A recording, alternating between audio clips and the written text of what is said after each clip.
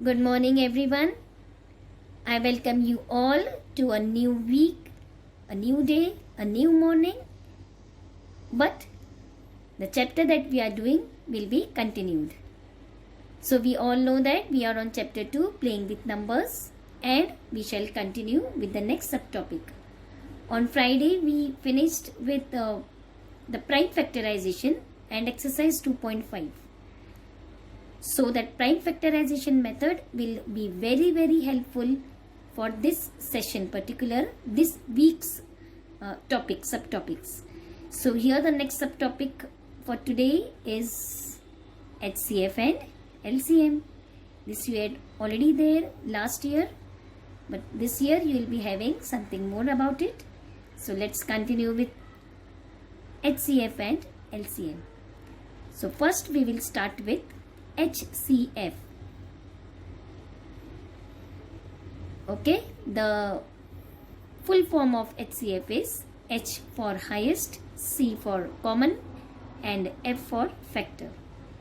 HCF will be solving by two methods. The prime factorization method,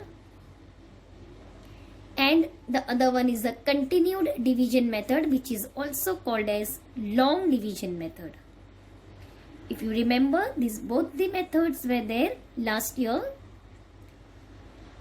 So let's learn again this year also, but now in detail, and I think you will be actually it's a way of just a recap. Okay, so let's start with the first method, prime factorization method. In prime factorization method, we will see one question, that is 12 and 30. So let's revise. Okay, so if it is prime factorization, according to your exercise 2.5, we have already learned how to find out the prime factors of the given numbers. So let's start. So what we do is, yes, we write 12 like this, correct? Then we look at the last digit. If it is a even number, we will start with 2, because 2 is a prime number. You cannot, yes, of course you can take here 3 also, but let's start with the minimum, the least prime number. Of course, if you start with 3, you will not go wrong. The answer will be same. But you cannot start with 4 or you cannot start with 6, because they are composite numbers. Because we are doing prime factorization method, the number that you are dividing should be a prime number. Fine. So 2 6 are. Again we start with 2. 2 3s are 6. And 3 1s are 3. Then we take 30. So if you want to start with 2, 3, it's okay, but let's start with the least prime number, that is 2. 2 15s is 30. If you don't know, you can just take one single number also. 2 1s are 2. 1 remains, it becomes 10. 2 5s are 10. 15 is not divisible by 2, so you change the number. We start with 3. 3 5s are 15. 5 1s are 5. Now these are only prime factors. Okay, now what do? We write 12 here and we write all the factors which we have got. 2 into 2 into 3. Then we write 30 and we write all the factors. 2 into 3 into 5. These factors. Okay. Then we find the common factors. Common means the numbers which fall in both the lines. So here what are the common factors? Here I got here 2 2. One more? Yes. 3 3. Can we take 2 and 5? No, they are not common. Okay. Then we write here common factors. So what are the common factors? 2 and 3. So 2, 3. And we find the HCF by taking their product. 2 3s are. We find the product. So HCF is 6. That is 6 is the biggest number in which you will get the table in which you will get 12 and 30 both. This is the meaning of HCF, highest common factor. I repeat, 6 is the factor, highest factor, सबसे बड़ा factor in which 12 and 30 falls both. The table of 6 you will get these two numbers. See, these two numbers you will get in 2 also, the table of 2 also, you get these two numbers in the table of 3 also, right? But 6 is the biggest number, or you can say the biggest factor in which 2, 12 and 30 are found. Okay, the table of 6. Okay, so this is the way how you find out, and of course we always write the final answer. That is, we write HCF of 12 and 30 is 6. Complete sentence. Okay, let's take one more now. Okay, so the next example is 150 and 210. We prepare the format of prime factorization 150 and 210.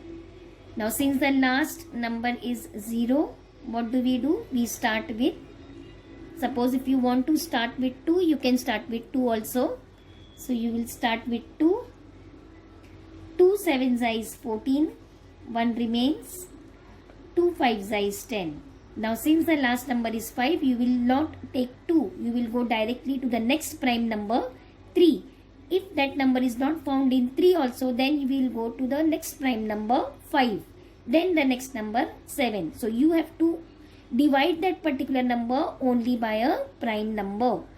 Okay, fine. So 3 25s is 75. Otherwise also you can just take single number. 3 2s is 6, 1 remains, and 3 5s are 15. Now 25 is not divisible by 3, so we will just jump to the next prime number, which is 5. 5 5s is 25 and 5 1s is 5. Okay, so here we finish 150. Now let's go to 210. 2 1s are 2. Now since you are taking two numbers together, you will first put a 0 and then 2 5s are 10. Now since you know the test of divisibility, so before you write 3, you can always check 5 plus 1, 6. So definitely it will be there in the table of 3 because 6 is divisible by 3. So 3 3s are 9, 1 remains, 3 5s are 15. Now 35 is not there in the table of 3. So the next prime number is 5. Correct? So 5 7s are 35 and 7 1s are 7. So after we find these prime factors, what is our next step? We write here like this, 150 is equal to, and we write these numbers 2 into 3 into 5 into 5. Then we take the next number 210 and then we write the next number, all the prime factors, that is 2 into 3 into 5 into 7. Then we see the common factors, the factors which lie in both the lines. So common factors 2, 3 and 5. Okay, so we write here 2 mila, 3 and 5. How to find the HCF? We just take the product 2 into 3 into 5 and we get the next number, that is 2 3s are 6, 6 5s are 30.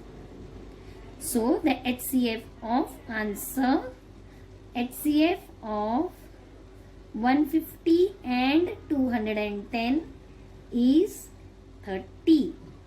That means 30 is the biggest factor, highest factor of 150 and 210. That means 150 and 210 will be found in the table of 30, which is the biggest factor. Fine. So this was your prime factorization, how to find out the HCF by prime factorization. Now let's go to the next method, which is the continued division method. The continued division method. So in this method, what we do is we take both the numbers which are the given numbers and make them fall in the format of division. So since 210 is bigger than 150, that this will become the dividend and 150 will become the divisor. Okay, this is the divisor and this is the dividend. Start finding out 210 in the table of 150.